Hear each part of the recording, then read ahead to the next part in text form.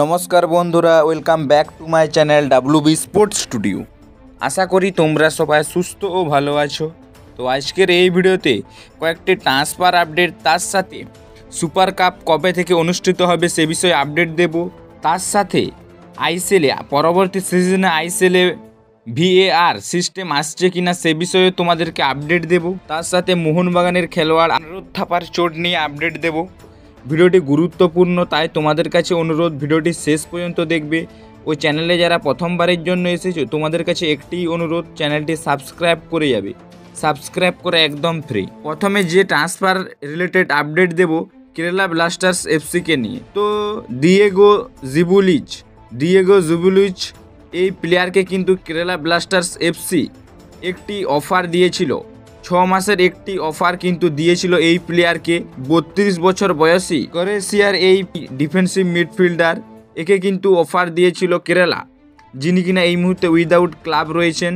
তো ডিয়েগো জিবুলিচ এর এজেন্ট তিনি কিন্তু সরাসরি কেরালা ব্লাস্টার্স এফসির অফারকে রিজেক্ট করেছেন।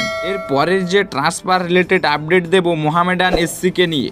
তো মোহামেডান এসসি 30 বছর বয়সী অস্ট্রেলিয়ার সেন্টার ফরওয়ার্ডকে কিন্তু চূড়ান্ত করে নিয়েছে, যিনি কিনা হলেন 30 বছর বয়সী মার্ক আন্দ্রে স্মারবোর্গ। তো এই প্লেয়ারকে মার্ক আন্দ্রে স্মারবোর্গকে কিন্তু চূড়ান্ত করেছে মোহামেডান এসসি। তো খুব শীঘ্রই কিন্তু মোহামেডান জার্সি গায়ে মাঠে নামতে চলেছেন মার্ক আন্দ্রে স্মারবোর্গ। তো মানজোকি রিপ্লেসমেন্ট প্লেয়ার হিসেবে কিন্তু মার্ক আন্দ্রেকে চূড়ান্ত করলো মোহামেডান। এর পরের যে আপডেটটা দেব সুপার কাপ নিয়ে।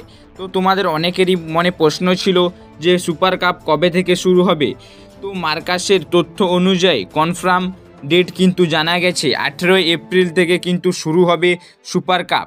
তো দীর্ঘ 20 দিন ধরে চলবে কিন্তু এই সুপার কাপ। তো এটি একটি বড় সুখবর সকল ফুটবল প্রেমীদের জন্য। তো তোমাদেরকে প্রথমেই বলে দিই যে এইবারের সুপার কাপ কিন্তু উড়িষ্যাতে কলিঙ্গ সুপার কাপ নামে হবে না।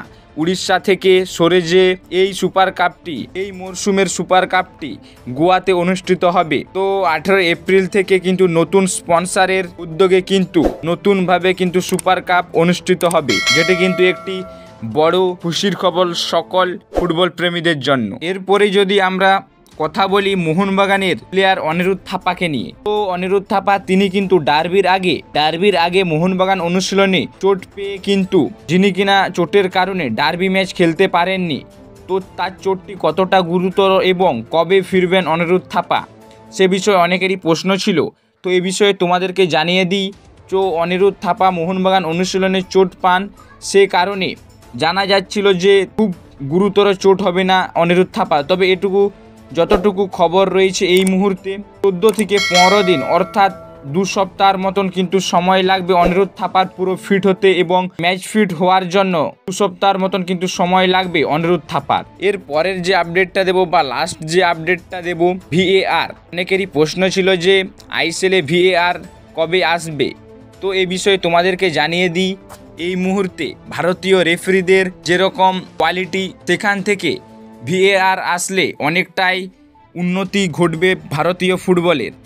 তবে যতটুকু শোনা যাচ্ছে যে পরবর্তী সিজনে ভিআর আসতে চলেছে। তো এটি তো আর বললেই আসবে এমন কথা নেই।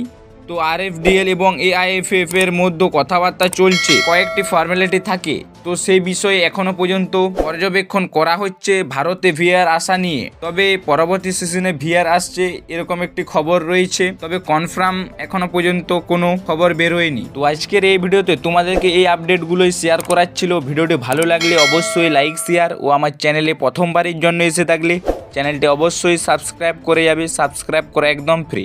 ভারতীয় ফুটবলের খেলার খবর সবার আগে পেতে চ্যানেলটি সাবস্ক্রাইব করে যাবে। চলো দেখা হবে নেক্সট ভিডিওতে। ধন্যবাদ।